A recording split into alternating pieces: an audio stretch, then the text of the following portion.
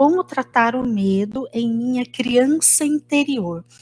Eu achei bem interessante a sua pergunta e eu vou começar por ela, porque aí eu já posso explicar algo muito importante quanto a essa técnica da criança interior, que é: como que você adulta cuidaria de uma criança com medo? Imagine uma criança mesmo, uma criança pequena. O que você faria para ajudar essa criança pequena perto de você que estivesse ali demonstrando muito medo de algo? Bom, a gente tem que parar para pensar bem sobre isso, porque muitas vezes nós vamos ter que aprender a como cuidar de uma criança, não é? Porque na hora que eu falo isso, me vem aqui à mente que antigamente, como é que a gente cuidava do medo de uma criança, criança de verdade mesmo, sabe? Hoje eu tenho a minha filha de 11 anos, mas eu me recordo de quando ela era bem pequena, 2, 3, 4, 5, 6, 7, 8 anos. Principalmente quando ela era menorzinha, ela tinha diversos medos de diversas coisas. Então, muito antigamente, como que as pessoas cuidavam do medo de uma criança? Com a repreensão, com o castigo, com a ameaça. Será que essa é a melhor maneira de cuidar de uma criança? Então, aqui, aproveitando essa pergunta, eu já vou colocar algo aqui bem básico para todos nós. Talvez a grande maioria de nós tenha que aprender a como é que cuida de uma criança de verdade. Uma criança aqui de fora. Por quê? A melhor forma de se cuidar de uma criança é a maneira da gente cuidar da nossa criança interior. Falando especificamente aqui a respeito da pergunta, né? Como cuidar do medo na criança interior. Medo, para ajudar uma criança com medo, o adulto, ele precisa acolher aquele medo. Proteger a criança que está com medo. Medo de quê? Medo de algo externo e real, ou é um medo psicológico, um medo ali relacionado a uma fantasia, ou talvez até uma memória, um trauma lá de trás.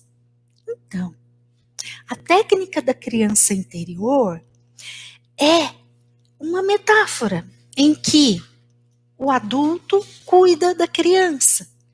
E todos nós temos aqui na nossa mente uma criança e um adulto. Então, olha que bacana, podemos colocar esse adulto que está aqui na nossa mente para cuidar da nossa criança, que também está aqui na nossa mente. Quando eu falo de criança e de adulto, eu estou falando de regiões aqui no nosso cérebro, que quando são acionadas, eu tenho emoções e comportamentos semelhantes a uma criança. Outras regiões, quando são acionadas, eu tenho comportamentos e pensamentos muito semelhantes a um adulto. E aí, vamos aprender a colocar o adulto que está aqui dentro para cuidar da nossa criança? Falando de uma forma mais resumida ainda, o adulto é a nossa parte racional, que todo ser humano tem, tá? A não ser que a pessoa tenha uma deficiência mental mesmo, ou seja, algo fisiológico que comprometa a parte adulta da pessoa. Mas fora isso, todos nós temos um excelente adulto aqui dentro, com todos os recursos que a gente precisa para cuidar da nossa criança interna, que é a nossa parte emocional. E aí, você sabe cuidar de uma criança? Bom, muitas vezes, quais os recursos que a gente tem, então, para aprender a cuidar de uma criança? Eu posso olhar uma criança mesmo e perceber ali na convivência com ela qual é o melhor comportamento e que ajuda aquela criança em cada situação a ficar bem. Ou, outra sugestão, estude o desenvolvimento humano. A psicologia tem diversos livros científicos, com comprovação científica, que fala a respeito do desenvolvimento infantil. Então, estude o desenvolvimento infantil e aprenda a cada idade como que a criança reage e, então, como que eu, adulto, cuido, tá? E quando uma criança tem medo, a gente coloca o adulto para dar proteção para ela. Então, imagine você adulta hoje, cuidando e amparando a sua criança naquilo que ela tem medo, ok? Lembrando que nessa técnica da criança interior, então tem aí a atuação do adulto e da criança.